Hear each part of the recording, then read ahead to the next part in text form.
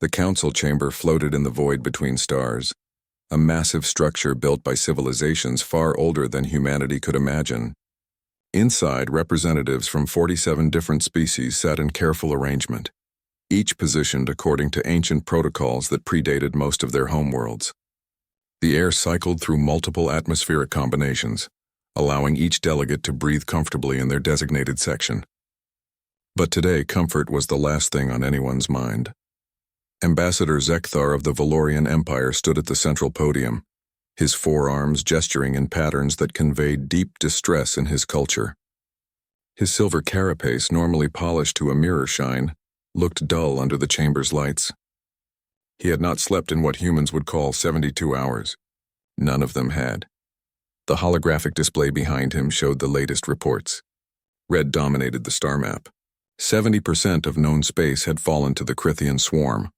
The blue zones representing free civilizations grew smaller with each update. In the last month alone, 4 entire species had been wiped from existence. Their homeworlds now served as breeding grounds for more swarm warriors. Zekthar's voice translator converted his clicking mandibles into something the other species could understand. Each word felt heavy, like he was pronouncing death sentences, which in a way he was. The Crythian swarm operated unlike any enemy the galaxy had faced before. They did not negotiate. They did not retreat. They simply consumed everything in their path and converted the biomass into more warriors. Every defeated soldier became raw material for the swarm's growth. It was a nightmare that fed on resistance itself. The Valorian military, considered the finest in the galaxy, had thrown their elite guard at the swarm. 10,000 warriors bred specifically for combat, equipped with weapons that could crack planets. The swarm had butchered them in 6 hours. The Crythians adapted to every tactic, every weapon, every strategy. They learned faster than anyone could counter. After the Valorians came the Draxian legions, then the Mercurian phalanx, then the Crystalline Collective's mind warriors. All failed, all died. The galaxy was running out of champions, out of time, and out of hope. Zekthar pulled up a new file. This one glowed yellow on the displays, marking it as unverified intelligence. A planet designation appeared. Earth. Classification Class 12 Deathworld. The chamber filled with confused murmurs. Deathworlds were rare in the galaxy. Most species evolved on gentler planets where survival did not require constant struggle. A Class 12 rating meant Earth was actively hostile to life. The fact that any intelligent species emerged from such a place was remarkable. That they had achieved spaceflight was almost unbelievable. A delegate from the Pelian Confederation raised a tentacle in question. Her translation device made her sound curious but skeptical. She wanted to know why they were discussing primitives when extinction loomed over them all. Zekthar clicked his mandibles in what his species considered a grim smile. He brought up Earth's file, compiled by their scout ships over the last year. The images showed a blue and green world that looked deceptively peaceful from orbit. Then came the surface data. Earth's atmosphere contained 21% oxygen, enough to be mildly toxic to most species. The planet experienced regular natural disasters: earthquakes, hurricanes, tsunamis, volcanic eruptions. Temperature ranges varied wildly from regions cold enough to freeze methane to areas hot enough to boil water. And in every environment, life competed with vicious efficiency. But the real horror came when Zekthar showed Earth's dominant species: humans. Bipedal, mammalian, averaging around 2 meters tall, physically unremarkable by galactic standards. No natural armor, no claws, no venom, no redundant organs. They looked almost fragile. Then came the behavioral data. Humans were persistence hunters. They did not ambush or overwhelm prey. They simply chased it until the target collapsed from exhaustion. They could run for days without stopping. Their bodies cooled through a unique system that let them function in heat that would kill most species. They healed from injuries that would cripple others. They bonded with anything, forming emotional attachments to other species, to plants, even to inanimate objects. And they fought. Constantly. Earth's recorded history was an endless cycle of warfare. Humans had developed thousands of ways to kill each other. They wrote poetry about violence, told stories celebrating warriors, built entire cultures around conflict. War was not something they did occasionally. It was woven into the fabric of their existence. One delegate asked the obvious question: if humans were so dangerous, why involve them at all? Why risk bringing another threat into the galaxy? Zekthar brought up the final piece of data. A planetary designation, Viridian Prime. Classification, Class 15 Deathworld.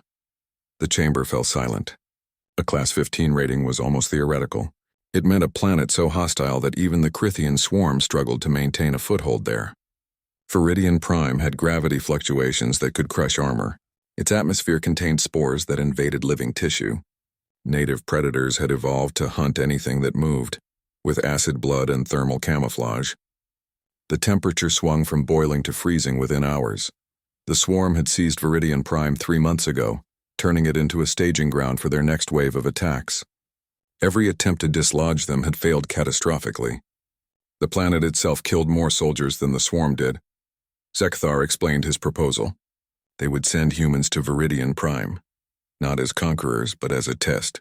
If humans could survive there even briefly, they would gather valuable data about operating in extreme environments. If humans could somehow engage the swarm, they might provide tactical insights that conventional forces had missed. And if humans died quickly, as expected, they would lose a species that had not yet contributed anything to galactic civilization. It was cold logic, but desperation made monsters of them all. The vote was called. 47 delegates considered the proposal. They thought about their own species, their own homeworlds, their own children. They thought about the swarm spreading like a plague across the stars. They thought about running out of options. 47 votes came in. All approved. Humanity would be deployed to Viridian Prime. Halfway across the galaxy, Captain Jake Morrison sat in the briefing room of the Valiant Dawn, a human military vessel that barely qualified for that title by galactic standards. The ship was small, crude, held together with human engineering that looked primitive compared to the Council's technology. But it was theirs, and it worked. Jake was 42 years old with gray starting to show in his short hair. His face carried scars from a dozen deployments across Earth's various conflicts. He had served in 3 different wars before humanity even knew aliens existed. Now he commanded 200 Marines heading into the unknown. Lieutenant Sophie Turner sat to his right, reviewing tactical data on a tablet. She was younger, 31, with sharp eyes that missed nothing. She had been an engineer before joining the military, and her technical skills had saved their unit more times than Jake could count. Sergeant Danny Cox occupied a seat near the back, looking relaxed despite the gravity of their situation. At 35, he was the veteran of the group in terms of strange situations. He had survived 2 tours in hostile environments on Earth that military intelligence had classified as near unsurvivable. If anyone could adapt to alien threats, it was Danny. Corporal Lisa Grant stood by the holographic display, setting up the briefing. At 28, she was the youngest of the command staff, but possibly the smartest. Her strategic mind had earned her 3 commendations and a reputation for seeing patterns others missed. Jake cleared his throat, and the room fell silent. 200 Marines, the best humanity could field, waited for him to explain why they had been pulled from active duty and sent into space with minimal information. He told them the truth. The Galactic Council had made contact with Earth 6 months ago. They had not come as friends or teachers. They came looking for weapons. The galaxy was losing a war, and they needed something, anything that might change the tide. Humanity had been selected for a reconnaissance mission to a hostile planet. The official brief called it intelligence gathering. Jake had been in the military long enough to recognize a suicide mission dressed in technical language. They were being sent to Viridian Prime to die, and their deaths would be studied for useful information. The room absorbed this in silence. Marines looked at each other, processing what they had just been told. They were being used as lab rats, sent to fight someone else's war on someone else's planet for someone else's benefit. Sophie spoke first, her voice calm. She wanted to know about the enemy. Who were they fighting? What were they facing? Jake brought up images of the Crithian swarm, insectoid creatures standing 3 meters tall, covered in natural armor, equipped with biological weapons that dissolved most known materials. A hive mind that coordinated perfectly, learned from every encounter and never stopped coming. They had conquered most of the known galaxy and showed no signs of slowing. Danny asked the logical question, why should they care? This was not Earth's fight. These aliens had barely introduced themselves before asking humans to die for them. Jake had no good answer for that. He could only offer what he had been. The drop pods screamed through Viridian Prime's atmosphere like falling meteors. Inside each cramped capsule, human Marines gripped their harnesses and tried not to think about the fact that these pods had been designed in 2 weeks by engineers who had never seen alien technology before. The Galactic Council had offered their own landing craft, but Jake had refused. If humans were going to die on this planet, they would do it in equipment they understood.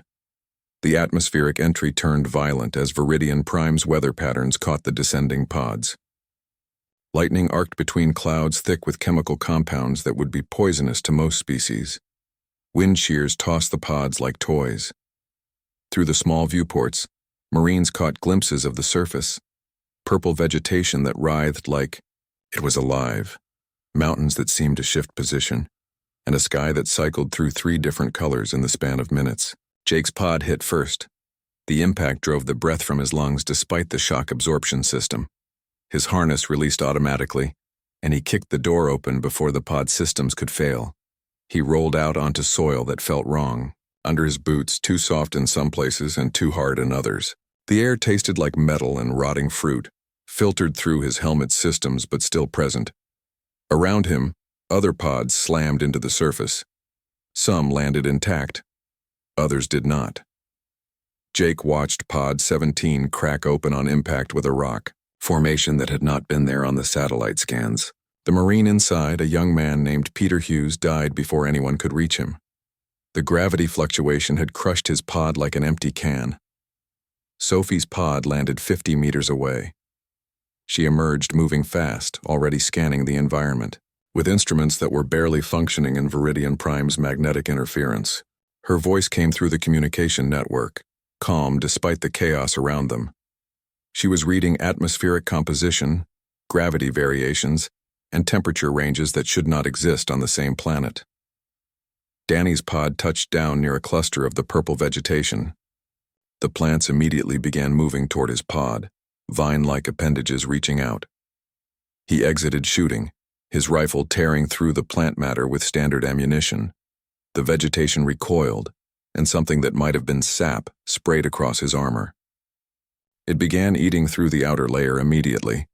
Danny cursed and activated the emergency purge system built into his suit. Foam covered the affected area, neutralizing the acid before it could breach his protection. He made a mental note. The plants were hostile. Everything on this planet probably was. Lisa's pod landed in what appeared to be stable terrain. She emerged with her rifle ready and immediately began coordinating the scattered Marines into some kind of defensive formation. 200 humans had launched from the Valiant Dawn. 197 pods had made it to the surface.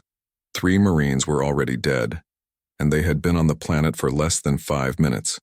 The real threat announced itself 10 minutes later. Something moved in the purple forest. Something big. Marines raised their weapons as a creature emerged that defied easy description. It stood 4 meters tall on 6 legs, covered in scales that shifted color to match its surroundings. Its head was mostly mouth, filled with teeth designed to tear through armor, and it moved fast, faster than anything that size should be able to move. The creature targeted the nearest Marine, a woman named Kelly Price. She fired her rifle on full automatic, rounds impacting the creature's hide with no visible effect. The creature closed the distance in 3 bounds and struck with claws that glowed with heat. Kelly's scream lasted half a second before her suit's life support flatlined.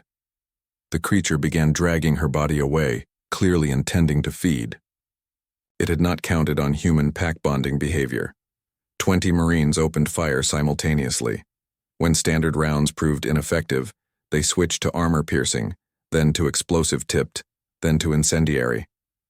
The creature's adaptive camouflage could not handle the sudden temperature spike from the burning rounds. It released Kelly's body and retreated, but not before Danny launched a grenade that caught it in the flank. The explosion painted purple vegetation with alien blood. The creature collapsed, twitched once, and went still. The Marines held their positions, waiting for more threats. None came immediately, but everyone understood the message. Viridian Prime was not empty. Things lived here, things that considered humans to be food. Jake called for a perimeter while Sophie examined the dead creature. Her analysis was quick and disturbing. The creature's body temperature ran hot enough to melt standard metals. Its scales contained a mineral that dispersed kinetic energy, making it highly resistant to projectiles. And its blood was acidic enough to eat through most materials given time. Lisa raised the obvious question. How were they supposed to survive here for any length of time when the native wildlife was better armed than they were? Sophie had an answer that made sense in a horrible way. The creatures were adapted to this environment, which meant they had weaknesses tied to this environment. Everything that evolved here had to deal with the same problems: extreme temperatures, gravity fluctuations, toxic atmosphere, and limited resources. If they could identify those weaknesses, they could exploit them. The next 6 hours were brutal. 2 more Marines died, one from spores that bypassed his air filtration and invaded his lungs, another from a gravity well that appeared without warning and compressed his body until his armor collapsed inward. But the survivors learned. They learned that the creatures hunted by heat signature, which meant cold environments provided cover. They learned that the plants responded to movement, which meant staying still near vegetation was suicidal. They learned that gravity fluctuations followed patterns linked to the planet's rotation, which meant they could predict safe zones. And they learned something that had not been in any council report. Humans adapted faster than anyone expected. Marines started using the environment as a weapon within hours of landing. When another of those 6-legged predators attacked, Danny led it into a gravity well. The creature's own weight killed it when the gravity spiked, crushing it into the ground. Sophie jury-rigged air filtration systems using local materials and spare parts from damaged pods. The filters were not pretty, but they worked better than the standard issue equipment. She taught others how to build them, and soon every Marine had upgraded filtration that could handle Viridian Prime's toxic spores. Lisa mapped the gravity wells and established patrol routes that avoided the deadliest areas.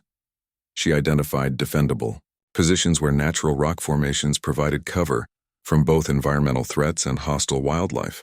Within 12 hours of landing, humans had established a perimeter that looked like it might actually hold. Jake stood in what they were generously calling the command post, a cluster of drop pods arranged in a defensive circle. He reviewed the casualty reports with a sick feeling in his stomach. 12 dead in the first day. 12 people who had trusted him to lead them through this nightmare.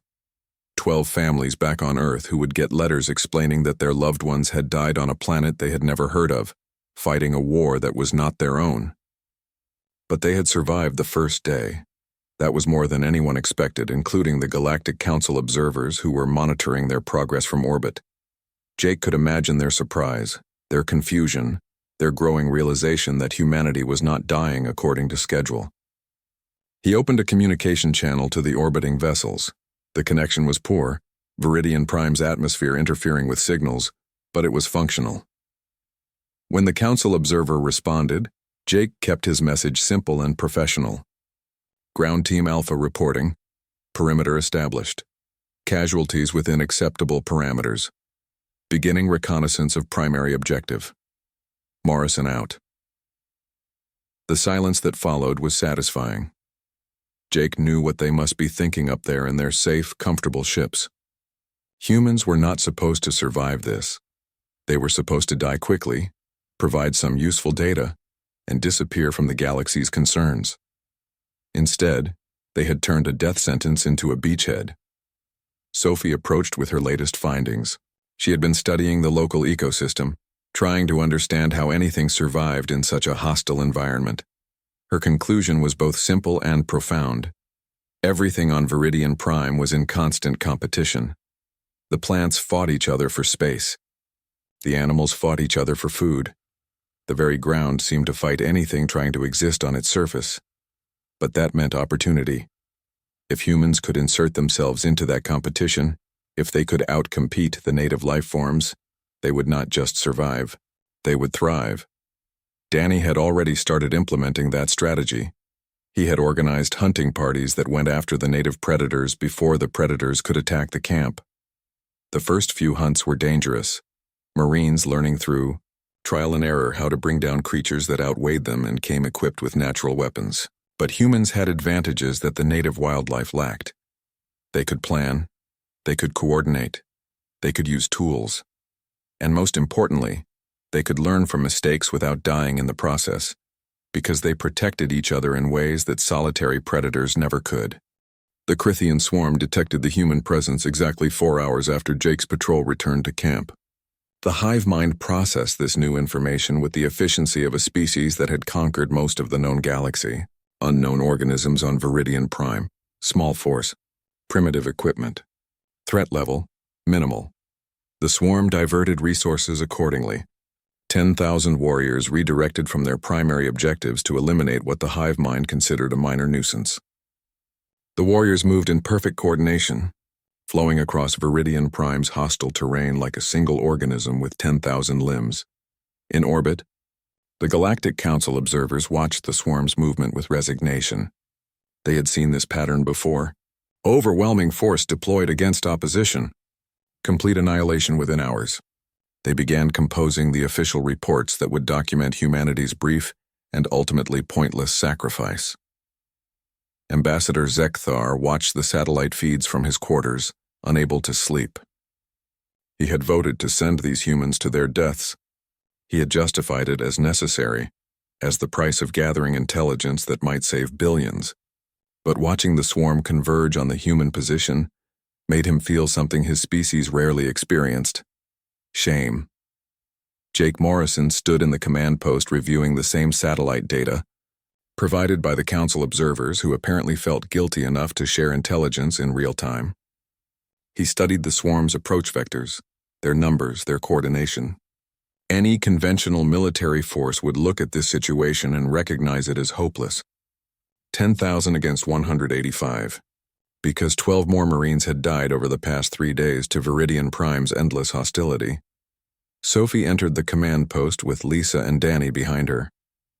They had been running calculations, building models, trying to find some scenario where humans survived the next 24 hours. The mathematics were not encouraging. Sophie presented their options in her usual straightforward manner. They could retreat to the Valiant Dawn, assuming they could reach their dropships before the swarm caught them. They could fortify their current position and hope to hold long enough for some kind of miracle. Or they could scatter into Viridian Prime's wilderness and pray the environment killed them more slowly than the swarm would. Jake rejected all 3 options. Retreating meant leaving the planet to the swarm, giving them an unopposed staging ground. Fortifying was just slow suicide. Scattering was fast suicide with extra steps. He proposed a 4th option that made everyone in the command post go silent. They would attack. Not defend, not retreat, but go on the offensive against an enemy that outnumbered them 50-1. Danny laughed first, a harsh sound without humor. He asked if Jake had been breathing too much of Viridian Prime's toxic atmosphere, because that plan was insane. Lisa agreed, pointing out that attacking was tactically absurd. Sophie just looked tired, like she had expected Jake to suggest something crazy and was disappointed to be proven right. Jake laid out his reasoning. The swarm expected them to defend or flee because that was what every other species did. The swarm's tactics were built around overwhelming defensive positions or running down retreating forces. But humans had a long history of doing the unexpected, of attacking when defense seemed logical, of choosing violence when any sane species would choose survival. More importantly, Jake explained, they had advantages the swarm did not anticipate. Humans understood Viridian Prime's environment now. They knew where the gravity wells were, where the toxic spores concentrated, where the native predators hunted. They had learned to survive on a Class 15 Deathworld, something the swarm itself struggled with. The plan was simple in concept, but brutal in execution. They would not fight the swarm directly. They would make Viridian Prime fight for them. They would turn every hostile element of this nightmare planet into a weapon, and they would use the swarm's own tactics against them. The hive mind coordinated perfectly, which meant it followed predictable patterns. Patterns could be exploited. Sophie saw it first. If they could predict the swarm's approach routes, they could prepare those routes. Plant explosives, create traps, weaponize the environment. The swarm would walk into a killing field without realizing it because they had no reason to expect prey to attack predators. Lisa added strategic depth. They could use hit-and-run tactics, striking from unexpected angles and vanishing before the swarm could coordinate a response. The hive mind was efficient but not instantaneous. There was a delay between observation and reaction. Humans could exploit that delay if they moved fast enough. Danny contributed practical knowledge from his years surviving in hostile environments on Earth. He knew how to make improvised explosives from almost anything. Viridian Prime's ecosystem provided plenty of volatile compounds. Mix them correctly, and you had weapons that would make the swarm's biological arsenal look gentle. Over the next 8 hours, 185 humans prepared for the most desperate offensive in human history. They mapped the swarm's approach routes using satellite data and direct observation. They identified choke points where terrain limited movement. They cataloged every environmental hazard within 10 kilometers of their position.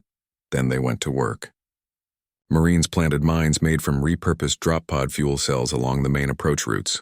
They rigged gravity wells with proximity sensors so they could activate the wells remotely, crushing anything caught inside.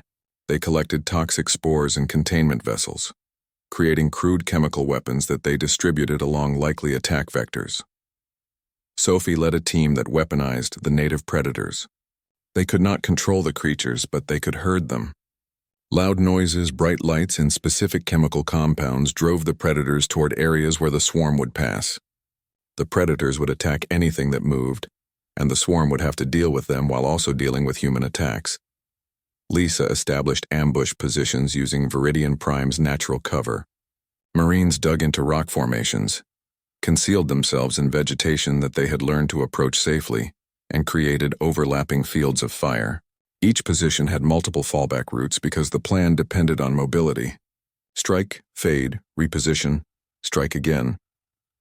Danny prepared special surprises for swarm warriors who made it past the initial defenses. He created napalm from local plant oils, sticky fire that would burn even in Viridian Prime's strange atmosphere. He built shaped charges from scavenged equipment that could punch through swarm armor at close range. He taught other Marines how to be creative with violence, a subject humans had studied extensively throughout their history. Jake coordinated everything, turning chaos into something resembling a coherent strategy. He divided the Marines into small teams, each with specific objectives. Some would handle long-range harassment. Others would manage the environmental weapons. A few would serve as bait, drawing swarm warriors into prepared kill zones. When the swarm warriors came into range, Jake gave the order to begin. What followed would be studied by military strategists across the galaxy for generations, though most would struggle to watch the footage without experiencing physical distress. The swarm's first wave hit the outer defenses at dawn. Proximity mines detonated, tearing through warriors with shrapnel made from Viridian Prime's naturally occurring metals. The survivors pressed forward because the hive mind did not understand retreat. They walked directly into gravity wells that activated remotely, crushing hundreds of warriors under their own weight. Those who made it past the gravity wells encountered the native predators. The creatures attacked indiscriminately, their heat-seeking biology unable to distinguish between swarm warriors and acceptable targets. While the swarm fought the predators, human snipers fired from concealed positions. They did not aim to kill, which would be difficult given swarm armor. They aimed to wound, to slow, to create chaos. The wounded swarm warriors released chemical signals that called for support. More warriors diverted to assist, exactly as the humans predicted. They moved along specific paths toward the distress signals, paths that humans had spent hours preparing. The swarm walked into ambushes that used tactics no civilized species would consider acceptable. Danny's teams hit them with homemade napalm, burning warriors in their armor. Sophie's units triggered toxic spore releases, forcing the swarm to operate in environments that damaged even their resilient biology. Lisa's snipers targeted the joints in swarm armor, the weak points that every species had because physics demanded certain compromises in design. But the true horror came when night fell. Galactic species fought during daylight when possible, operating in shifts that respected circadian rhythms. The swarm did not sleep, but they followed patterns established over thousands of years of conquest. They expected enemies to be less active in darkness. Humans had evolved as persistence hunters. They chased prey day and night, never stopping, never resting, never giving up. On Viridian Prime, humans turned that evolutionary history into a nightmare for the swarm. Marine teams attacked throughout the night, using equipment that turned darkness into an advantage. They struck at swarm command nodes, the central organisms that coordinated sections of the hive mind. Sophie had identified these nodes through careful observation. The aftermath of Viridian Prime spread across the galaxy faster than light travel. News services from 47 different species broadcasted the same impossible story. Humanity had defeated the Crithian swarm, a species barely capable of reaching their own moon 2 centuries ago had accomplished what the galaxy's greatest military powers could not. The footage circulated despite attempts by various governments to classify it. Someone always leaked these things, and the images were too dramatic to suppress. Humans fighting in conditions that killed most observers just watching the recordings. Humans using environmental hazards as weapons. Humans attacking relentlessly through day and night cycles without apparent rest. Humans demonstrating a comfort with violence that disturbed species who had not fought a serious war in thousands of years. Public opinion divided sharply. Some called humans saviors, the answer to the swarm crisis. Others called them barbarians, dangerous primitives who won through brutality rather than skill. A few called them monsters, and wondered if introducing humanity to galactic civilization was a mistake that would be regretted for generations. On Earth, the human governments received the news with mixed reactions. Celebrations in some capitals, protests in others. Some saw humanity's military prowess as a source of pride, proof that humans belonged among the stars. Others worried about what being the galaxy's soldiers would mean for human culture, human values, and human futures. The United Nations Emergency Assembly met in continuous session for 72 hours, debating whether to accept the Galactic Council's formal alliance proposal. The proposal was generous on paper. Humanity would receive advanced technology, access to established trade networks, full membership in the Council with voting rights. In exchange, human military forces would deploy wherever the swarm threatened, serving as the galaxy's first line of defense. Some delegates argued it was an honor. Others called it exploitation. Everyone understood it was necessary. The swarm would eventually reach Earth if left unchecked. Better to fight them across the galaxy than in humanity's home system. On Viridian Prime, Jake Morrison sat in what had been the command post and was now a memorial. 137 Marines had survived the initial combat. In the weeks following the swarm's retreat, 18 more had died from injuries, infections, and complications from exposure to Viridian Prime's hostile environment. 119 humans remained alive out of the original 200. The names of the dead were carved into a metal plate salvaged from a drop pod. 81 names. 81 people who had trusted Jake to lead them, who had followed orders into hell, who would never see Earth again. He read the names every morning, a private ritual that felt like penance. Sophie found him there most days. She understood the weight he carried because she carried her own version of it. Every Marine who died from equipment failure was a failure of engineering. Every injury that became infected was a failure of medical preparation. Every death felt personal, felt preventable, felt like something she should have anticipated and solved. They sat in silence, watching Viridian Prime's strange sky cycle through its color patterns. The planet looked almost peaceful when you were not fighting for your life on it. Almost beautiful, in an alien way that humans were still learning to appreciate. Danny joined them, moving stiffly because of wounds that were healing slowly. He had lost part of his left hand to a swarm weapon during one of the night raids. Medical supplies on Viridian Prime were limited, and the Council's advanced healing technology had not arrived until after the damage was permanent. He adapted because Danny always adapted, but the loss was visible every time he checked his rifle or adjusted his equipment. Lisa appeared last, carrying data tablets and looking frustrated. She had been dealing with the Galactic Council representatives who had flooded to Viridian Prime after the fighting ended. Everyone wanted to study what humans had done, how they had done it, whether it could be replicated. Lisa fielded requests for interviews, tactical debriefings, equipment analysis, and biological studies with diminishing patience. She sat down with the others and delivered news. The formal alliance proposal had passed the UN Emergency Assembly. Humanity had officially joined the Galactic Council. Earth's governments had agreed to provide military forces for deployment against the swarm. The first recruitment drives were already beginning, targeting young people who wanted to see the stars and serve their species. The four of them absorbed this information in silence. They had known it was coming, but knowing and experiencing were different things. Humanity was now committed to fighting someone else's war, and they were the reason why. Their success on Viridian Prime had proven humans were capable. That capability came with obligations that would shape human history for generations. Danny broke the silence with a question that had been bothering him for weeks. Why should they care about the rest of the galaxy? These species had sent humans to die without hesitation. They viewed Earth as a convenient source of disposable soldiers. They celebrated human victory while expressing disgust at human methods. Why should humans bleed for people who saw them as useful monsters? Jake had no good answer. He understood Danny's anger because he felt it himself. The galaxy wanted humanity's violence, but not humanity's presence. They wanted the results humans achieved without acknowledging what those results required. They wanted safety purchased with human lives, and they wanted to feel morally superior while enjoying that safety. Sophie offered a different perspective. The galaxy might be full of hypocrites, but the swarm was real.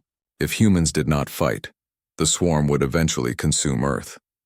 Self-interest was a perfectly valid reason to engage in violence.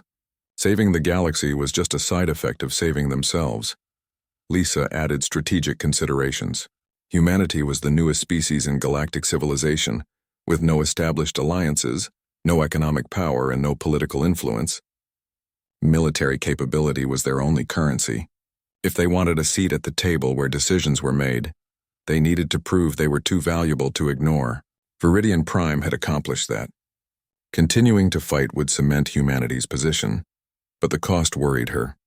Already, military recruiters on Earth were framing service as adventure, as opportunity, as humanity's grand purpose among the stars.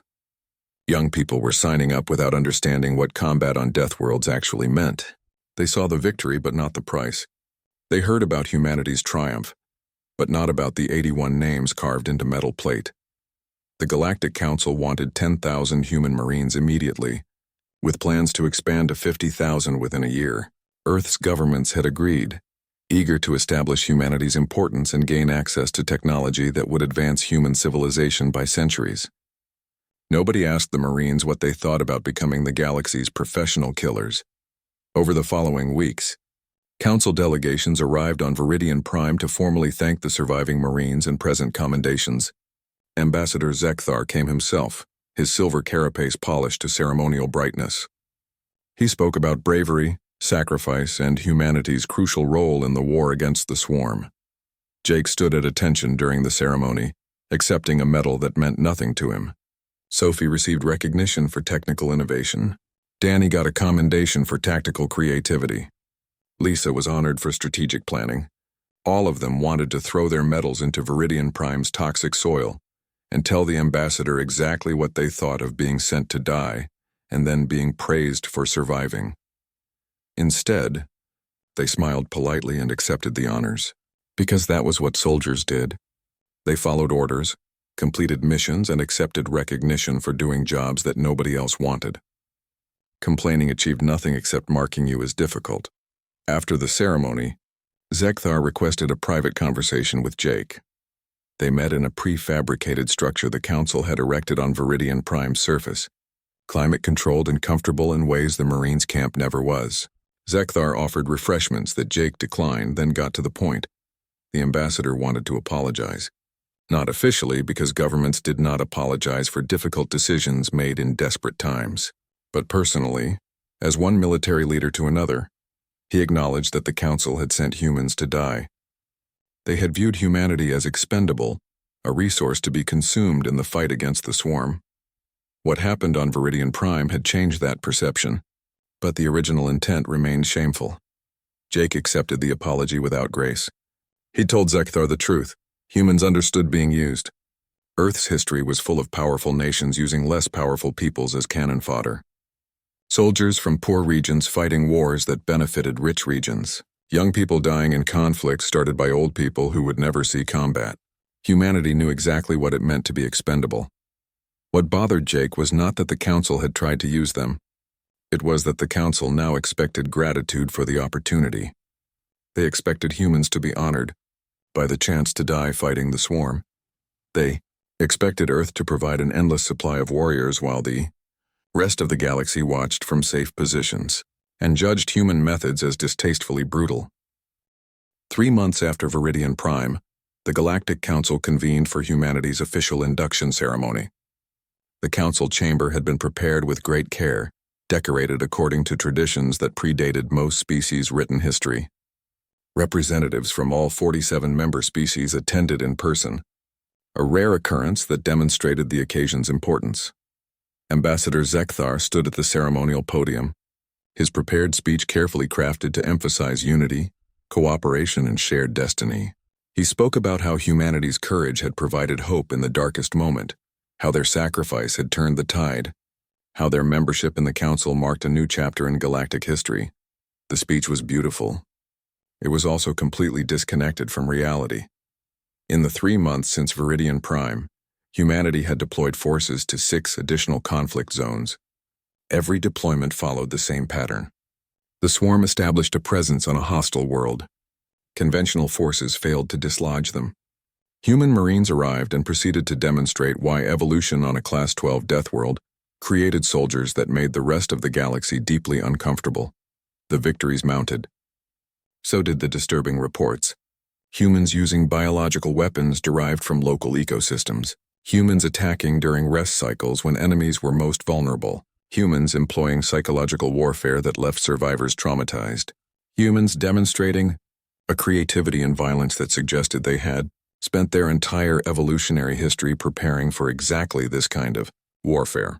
Military analysts across the galaxy studied the footage and reached concerning conclusions. Human tactics were effective not because of superior technology or training, but because humans approached warfare without the ethical constraints that civilized species considered fundamental. They did not fight to win battles.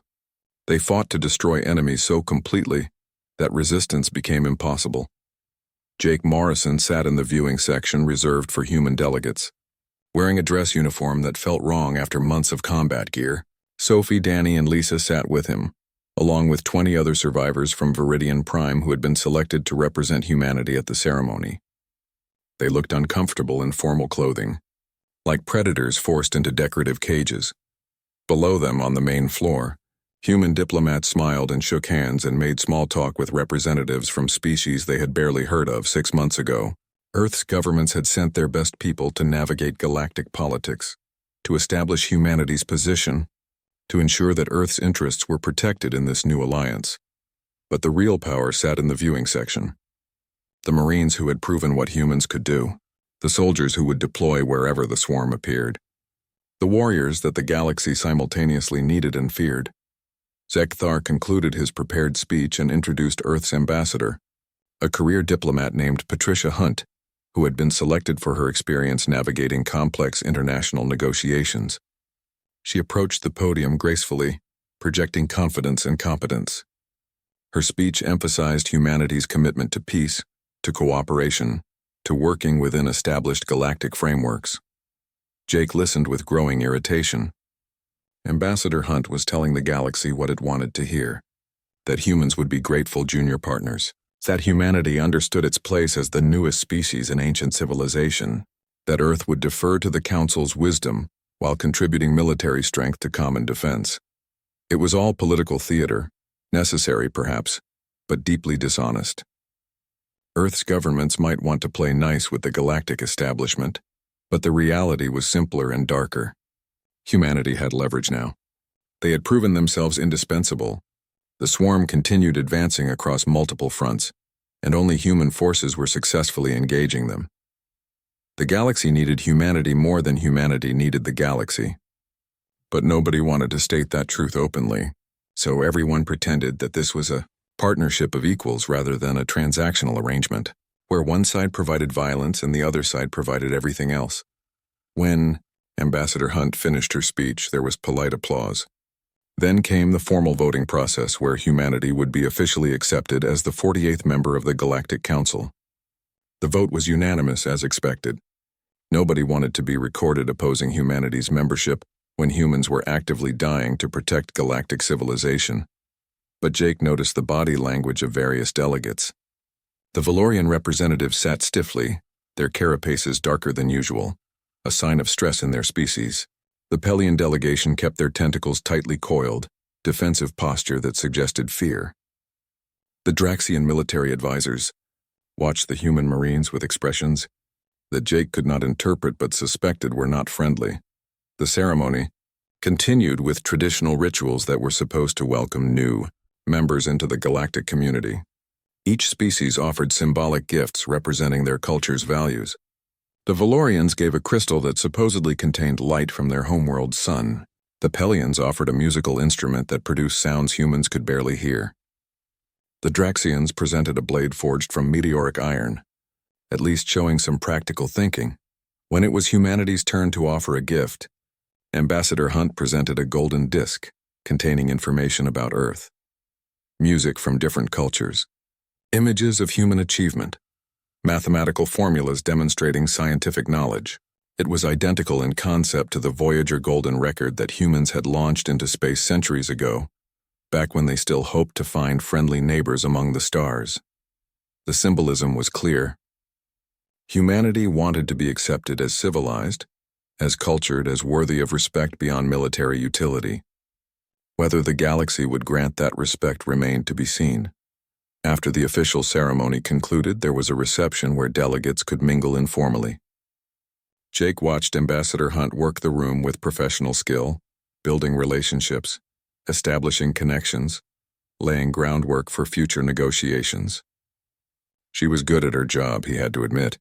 But then something happened that none of the diplomats had anticipated. A junior delegate from the Crystalline Collective, slightly intoxicated on whatever substance his species used for recreation, approached the human Marines. He wanted to thank them personally for saving his homeworld from the swarm. His species had lost millions before human forces arrived and drove the swarm back. Danny accepted the thanks politely. Then the delegate asked the question that the diplomatic corps had been carefully avoiding. How did humans do it? What made them so effective against an enemy that had defeated everyone else? Danny could have deflected. He could have given a vague answer about training or equipment or tactics. Instead, he told the truth in a way that made several nearby delegates visibly uncomfortable. Humans were effective, Danny explained, because they came from a world that tried to kill them constantly. Earth was not a gentle planet. It had ice ages, plagues, predators, natural disasters, and thousands of other species competing for resources. Humans survived by becoming the most dangerous thing on their planet. They hunted everything else to near extinction. They modified their environment to suit their needs.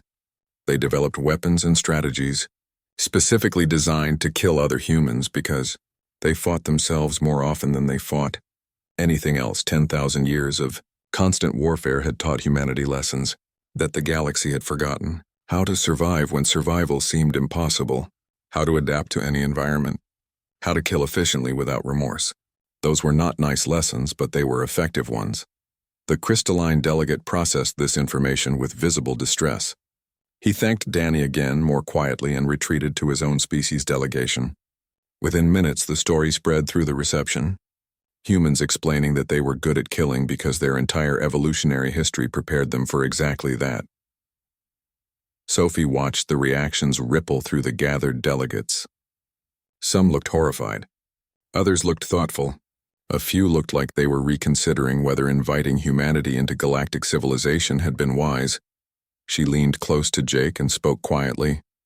This was the moment that would define humanity's future relationship with the galaxy. Right now, at this reception, every species was reassessing what humans were and what they represented. The diplomatic speech about cooperation meant nothing compared to Danny's casual explanation of why humans excelled at violence. Jake understood. The galaxy had wanted warriors to fight the swarm. They were getting exactly what they asked for, but the reality was uglier than anyone anticipated. Humans were not noble heroes fighting for justice. They were apex predators from a Deathworld who happened to be pointed at an enemy that threatened everyone. He made a decision that would either establish humanity's position or destroy it. He stood, drawing attention from nearby delegates, and walked to the center of the reception area.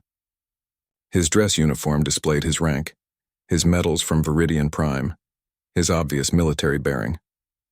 The room gradually fell silent as people noticed him. Ambassador Hunt looked alarmed, clearly worried that Jake was about to cause a diplomatic incident.